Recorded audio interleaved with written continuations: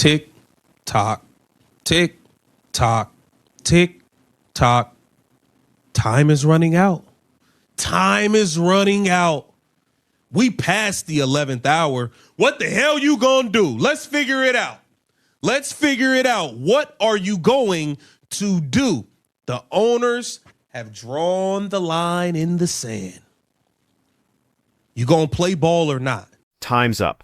That's the message WNBA owners just sent to the Players Association, and the clock isn't just ticking anymore, it's about to hit zero.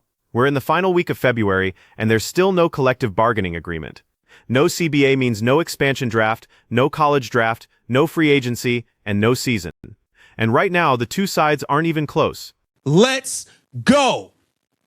WNBA players are basically holding Caitlin Clark hostage against the fan base at this point because these veterans want to use the young players for more money. They are asking for things they would not be asking for, or they damn sure wouldn't be acting all tough about if Caitlin Clark didn't come here and bring all of these fans and all of these numbers.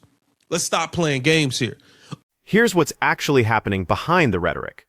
The WNBA Players Association submitted their latest proposal, and the league's response was brutal. They called it unrealistic and said it would cause hundreds of millions of dollars of losses for the teams. Not just unprofitable, hundreds of millions in losses. That's not negotiation language. That's a line in the sand. The players want expansion fees and relocation fees counted as ongoing revenue. The owners are saying absolutely not, and they're right to draw that line. Those are one-time payments, not sustainable business revenue. Man, these players are nuts. They're absolutely nuts. Y'all sitting there trying to play hardball, but it's more of y'all that need the money than it is the owners. You want to go to war. First thing war costs is money. It costs to go to war now. Yesterday, that continues to remind me that I'm right. The WNBA Players Association, the WNBA are not even close to an agreement, not even remotely. Adam Silver stood up. David Sampson laid it out perfectly. The WNBA is not in free fall yet, but they're running out of runway fast. Two expansion teams need to draft players. The Golden State Valkyries and Toronto need rosters. Training camps need to start. And every day without a deal pushes the entire season closer to disaster. But here's what makes this different from every other sports labor negotiation. The Players Association is making a massive strategic miscalculation. They're negotiating like they have leverage they don't actually have. Hey, we're getting close to the 11th hour, and that's when deals happen. Remember, on Nothing Personal, when stadium deals happen, right, and CBAs, right when your nails are falling down the mountain and you're holding on simply by your nails, and then there's dirt under your nails, and then you're scratching, trying to keep a rock hold, and then there's no more rocks, and then you're about to fall as more than 4 fingers fall off the mountain, and then and then you have an agreement. That's how it always works. Right now, the WNBA is not in that sort of free fall, neither are the WNBA players. But you're going to read about certain players are taking other jobs. Watch what he says about one-time revenue. This is Finance 101, but apparently it needs to be explained. When a business plans its operations, it doesn't count windfalls as predictable income. The expansion fees from Golden State and Toronto are massive. We're talking hundreds of millions combined. But that money comes once. You can't build player salaries around money that won't be there next year or the year after. The Players Association keeps pointing to these fees and saying, look at all this money the league is making. But that's not how business viability works. If you guarantee salaries based on temporary revenue spikes, you're guaranteeing financial disaster when that money runs out. Yesterday, with its own statement about that proposal. The Players Association latest proposal remains unrealistic and would cause hundreds of millions of dollars of losses for our teams. We still need to complete 2 drafts, meaning the expansion draft, because there's expansion in WNBA, and the college draft. We need to complete the 2 drafts and free agency before the start of training camp and are running out of time. We believe the WNBA's proposal would result in a huge win for current players and generations to come. Do you like that? Do you think that quote was meant for you or for the players? Just curious. Do you think the WNBA is interested in winning the PR? And here's where it gets uncomfortable. The players are essentially holding Caitlin Clark hostage. Not literally, obviously, but strategically. They know the league just had its biggest season in history because of her. They know the ratings, the attendance, the merchandise sales all spiked because she brought millions of new fans, and they're using that momentum as leverage. The problem is, they're misreading the situation completely. Those fans didn't show up for the WNBA as an institution. They showed up for Caitlin Clark specifically. When she wasn't playing, ratings dropped 55%. That's not a typo. 55%. The minute she was eliminated from the playoffs, the audience evaporated. There is no PR battle. There is nothing of any concern publicly about the WNBA, and that should concern owners of the WNBA, and it should concern players in the WNBA. That the talk that surrounded Caitlin Clark, the excitement, the juice surrounding women's basketball it's coming out of the balloon. If you think that owners are going to sign a deal where they are guaranteeing an amount of money to their players that will guarantee financial underperformance for these assets, then you Forget finance. It's financial. The owners watched this happen in real time. They saw exactly how fragile this growth is.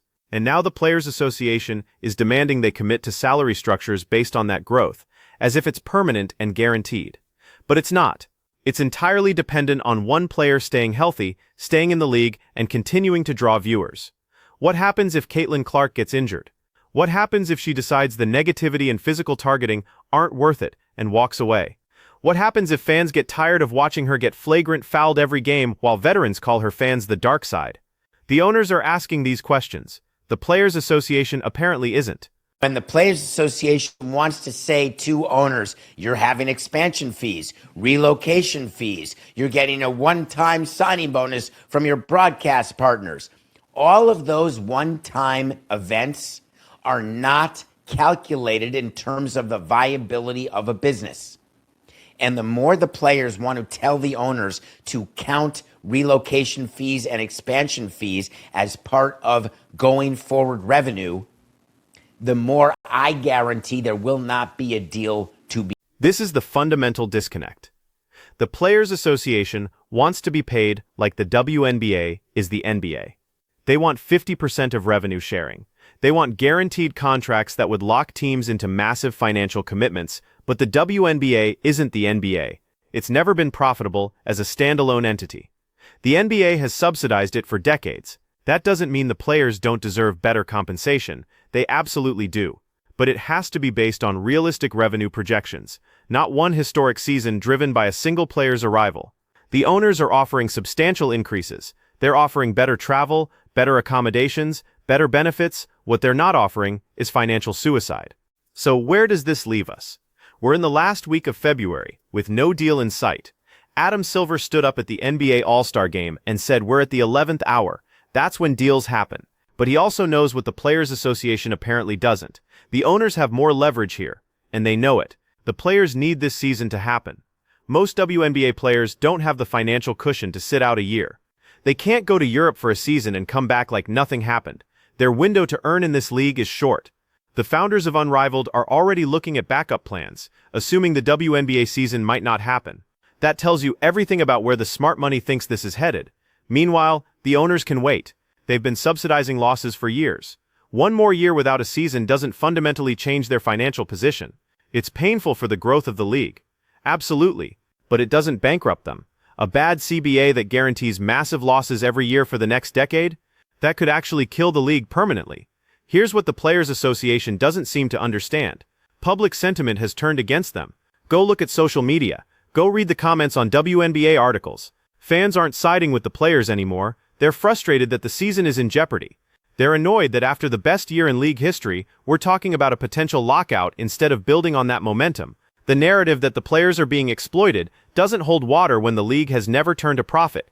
You can't demand a bigger piece of a pie that doesn't exist yet. And you definitely can't demand it while simultaneously alienating the fan base that just showed up. Think about the position this puts Caitlin Clark in. She didn't ask to be the leverage point in a labor negotiation. She showed up, played incredible basketball, brought millions of fans, and dealt with more physical targeting and verbal negativity than any rookie in league history. And now the veterans are using the attention she generated to demand money that might not even be there without her.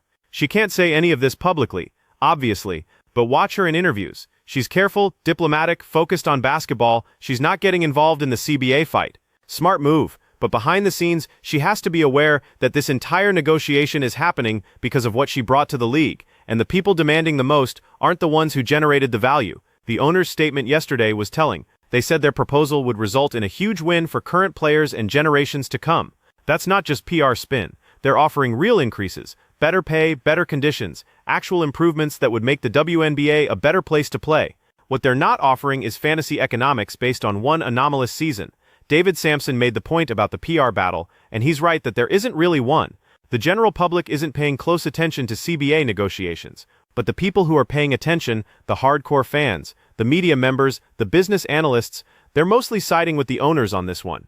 That's unusual in sports labor disputes. Usually fans side with players, not this time. That should be a massive red flag for the Players Association.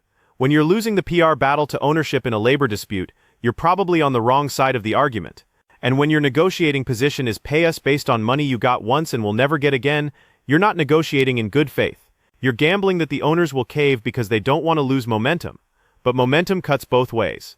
Yes, the WNBA just had its best season, but that momentum evaporates fast if there's no season this year. Fans move on. Caitlin Clark's college highlights get old. The casual viewers who tuned in out of curiosity won't come back after a year-long absence. The Players Association is betting the owners won't risk that. The owners are betting the players can't afford to sit out a year. Somebody's about to find out they were wrong. And with 2 expansion teams waiting to draft players, with training camps supposed to start in weeks, with the entire schedule hanging in the balance, we're about to see who blinks first. My money's on the players. They have more to lose, shorter careers, less financial cushion. The owners can absorb a lost season. Most players can't. So what happens next?